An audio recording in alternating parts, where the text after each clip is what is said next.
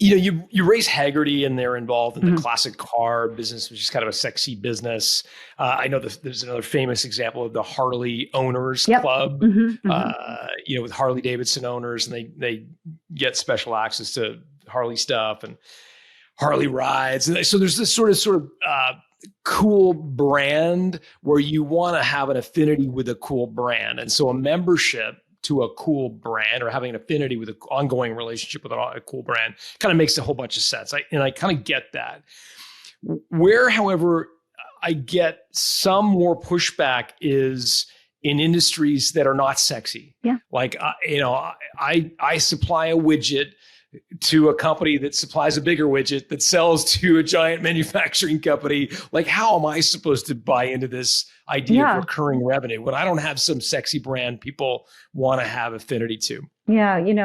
One man's boring is another man's sexy, right? I mean, it's like, you said it here first.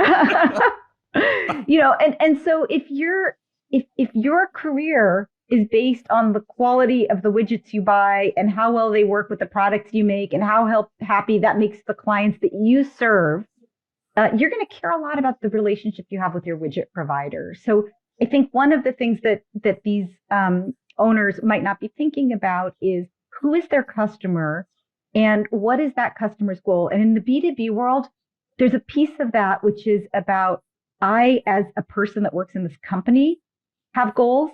So for example, Salesforce, which we kind of opened with, one of the things they did very early on is they created a community for Salesforce administrators, right? Super boring, right? A bunch of people who like manage, you and I, right? Yeah. I mean, it seems, but if that's your job, what do you want? You want to get the next new good job. You want to get a good review. You want to get out the door at 5:00. You don't want to be, caught off guard by something that your boss asks you for. You want to be impressive at meetings. Those are very sexy ideas to somebody who is using that software every day.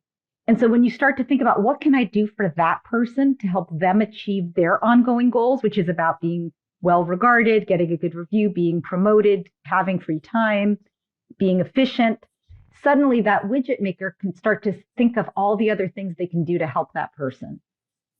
Really well said. I love the Salesforce example because you're right. There's nothing inherently interesting necessarily about, CRM software. No one has a Salesforce tattoo, right? Yeah. That I know of. I think Benioff probably has a Salesforce somewhere, but I think you're right. I think there's this idea that among the people whose job it is to be the very best, in this case, Salesforce administrator, they do have an affinity for that relationship. They need to look smart and so forth.